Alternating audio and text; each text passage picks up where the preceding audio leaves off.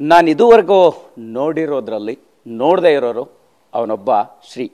ಈ ಡೈಲಾಗು ಸ್ಯಾಂಡಲ್ವುಡ್ನ ಶೋಕ್ದಾರ್ ಧನ್ವೀರ್ ಅವರು ವಾಮನ ಸಿನಿಮಾದಲ್ಲಿ ಹೇಳಿರ್ತಕ್ಕಂಥದ್ದು. ಬಟ್ ಅವರ ಸಿನಿಮಾ ಜರ್ನಿಯಲ್ಲಿ ಇದೊಂಥರ ಸದ್ಯಕ್ಕೆ ಆಪ್ಟ್ ಆಗ್ತಿರೋವಂತಹ ಡೈಲಾಗ್ ಅಂತ ನನಗನ್ನಿಸ್ತಾ ಇದೆ. ಕಂಪ್ಲೀಟಾಗಿ ಅವ್ರ ಜರ್ನಿ ವಾಮನ ತೆರೆಗೆ ಬರ್ತಾ ಇದೆ.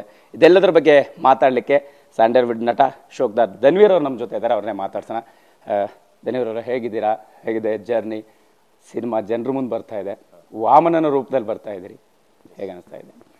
ಇಲ್ಲ ಸರ್, ತುಂಬ ಖುಷಿ ಇದೆ. ಜೊತೆಗೆ ಇದು ನನ್ನ 4ನೇ ಚಿತ್ರ ವಾಮನ. ನಾನು ಪ್ರತಿಯೊಂದು ಸಿನಿಮಾದಲ್ಲೂ ವಿಭಿನ್ನ ಪಾತ್ರಗಳನ್ನ ಮಾಡೋಕ್ಕೆ ಇಷ್ಟಪಡ್ತೀನಿ. ಸೊ ಈಗ ಬಜಾರ್ ಆಗಿರ್ಬೋದು, ಬೈಟ್ ಲವ್, ಕೈವಾ, ಪ್ರತಿಯೊಂದು ಕಥೆಯಲ್ಲೂ ನಾನು ವಿಭಿನ್ನತೆ ಹುಡುಕ್ತಾ ಹೋಗ್ತೀನಿ ಆ ಪಾತ್ರ ಮಾಡೋದಕ್ಕೆ.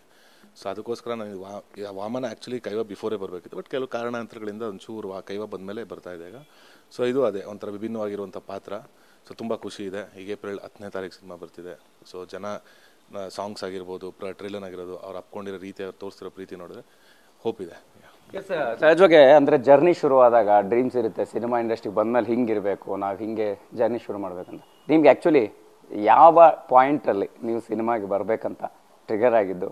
ಧನ್ವೀರ್ ಸಿನಿಮಾಗೆ ಬರ್ದೇ ಇದ್ರೆ ಏನಾಗಿರ್ತಿದ್ರು ಸರ್? ನಾನು ಲೈಕ್ ಸಿನಿಮಾಗೆ ಬರಬೇಕು ಅಂತ ಅವಾಗ ಅನ್ಸಿದ್ರೆ ನಾನು ಮೂಲತಃ ನಾನು ಅವಾಗಿಂದ ಸ್ಟೇಜ್ ಆರ್ಟಿಸ್ಟ್ ಆಗಿದೆ ಸರ್. ನಾಟಕಗಳು ಮಾಡ್ಕೊಂಡಿರೋದು, ಪ್ರತಿಯೊಂದು ಟೀಮ್ಸ್ ಜೊತೆಲ್ಲ ವರ್ಕ್ ಮಾಡಿ. ಸೊ ಅದಾದ ನಂತರ ನಮ್ಗೊಂದು ಸ್ವಲ್ಪ ವಿದ್ಯೆ ಅಷ್ಟು ಇದಿರಲಿಲ್ಲ ಎಜುಕೇಷನ್ ಬಗ್ಗೆ. ಸೊ ಅದಾದ ನಂತರ ನಮ್ಮ ಹತ್ರ ಇದ್ದಿದ್ದು ಅಷ್ಟು ಟ್ಯಾಲೆಂಟ್ ಅಂತ ಇದ್ದಿದ್ದು ಇದೊಂದೇ. ಸೊ ಇದ್ರ ಮುಖಾಂತರ ಇದಕ್ಕೆ ನಾನು ಇಂಡಸ್ಟ್ರಿಗೆ ಬರೋಕ್ಕೆ ಏನೇನು ತಯಾರಿ ಬೇಕಿತ್ತು, ಒಬ್ಬ ಆ್ಯಕ್ಟರ್ ಆಗೋದಕ್ಕೆ ಏನೇನು ಪ್ರತಿಯೊಂದು ತಯಾರಿ, ಫೈಟ್ಸ್ ಆಗಿರ್ಬೋದು ಅಥವಾ ಸ್ಟಂಟ್ಸ್ ಆಗಿರ್ಬೋದು, ಆಮೇಲೆ ಪ್ರತಿಯೊಂದು ಡ್ಯಾನ್ಸು, ಮತ್ತೊಂದು ಆಮೇಲೆ ಜಿಮ್ನಾಶಿಯಮು, ಬಾಡಿ, ಪ್ರತಿಯೊಂದು ಎಲ್ಲನೂ ಅದಕ್ಕೆ ಏನೇನು ಬೇಕಿತ್ತೋ ತಯಾರಿಗಳು ಅದನ್ನು ನಾನು ಸಂಪೂರ್ಣವಾಗಿ ಮಾಡಿ ಅದಾದ ನಂತರ ಬಂದಿದ್ದು ನಾನು. ಸೊ ಇಫ್ ನಾಟ್ ನಾನು ಇಂಡಸ್ಟ್ರಿ ಇಳಿದೋದ್ರೆ ಅದೊಂದು ಬಿಸ್ನೆಸ್ ಲೈನ್ಗೆ ಆದರೂ ಇರ್ತಿದೆ ಅಷ್ಟೇ. ಸಹಜವಾಗಿ ಬಂದಾಗ ಇಂಥ ಪಾತ್ರಗಳ ಮುಖಾಂತರ ನಾವು ಜನರನ್ನು ತಲುಪಬೇಕು, ಇಂಥ ವೆರೈಟಿ ಪಾತ್ರಗಳನ್ನು ಹಾಗೆ ನಾನು ಮಾಡ್ಬೋದು ಅನ್ನೋ ಲೆಕ್ಕಾಚಾರಗಳಿರುತ್ತೆ. ಫಸ್ಟ್ ಥಾಟ್ ಹೆಂಗಿತ್ತು? ಎಸ್, ನಾನು ಒಬ್ಬ ಹೀರೋ ಆಗಿದ್ದೀನಿ, ಈ ಥರದ ಸಿನಿಮಾ ಮಾಡ್ಬೇಕಂದಾಗ ಈಗ ನಿಮಗೆ ಒಗ್ಗುವಂಥ ಪಾತ್ರಗಳೇ ನಿಮ್ಗೆ ಹುಡ್ಕೊಂಡು ಬಂದಿದೆ ಅಂತ ಅನ್ನಿಸ್ತಿದೆ ಹೆಂಗೆ ವಾಮನದ ಹಂತಕ್ಕೆ ಬಂದಾಗ? ಇಲ್ಲ, ಖಂಡಿತ ಸರ್. ಹಂಗೆ ನನಗೆ ಏನು ಅನ್ಕೊಂಡಿದ್ನೋ ನಾನು ಇದೇ ಥರ ಪಾತ್ರಗಳು ಮಾಡಬೇಕು ಅಂತ, ಖಂಡಿತವಾಗ್ಲೂ ನನಗೆ ಅದೇ ಥರ ಪಾತ್ರಗಳೇ ಸಿಗ್ತಾ ಇದೆ. ಸೊ ಖುಷಿ ಇದೆ.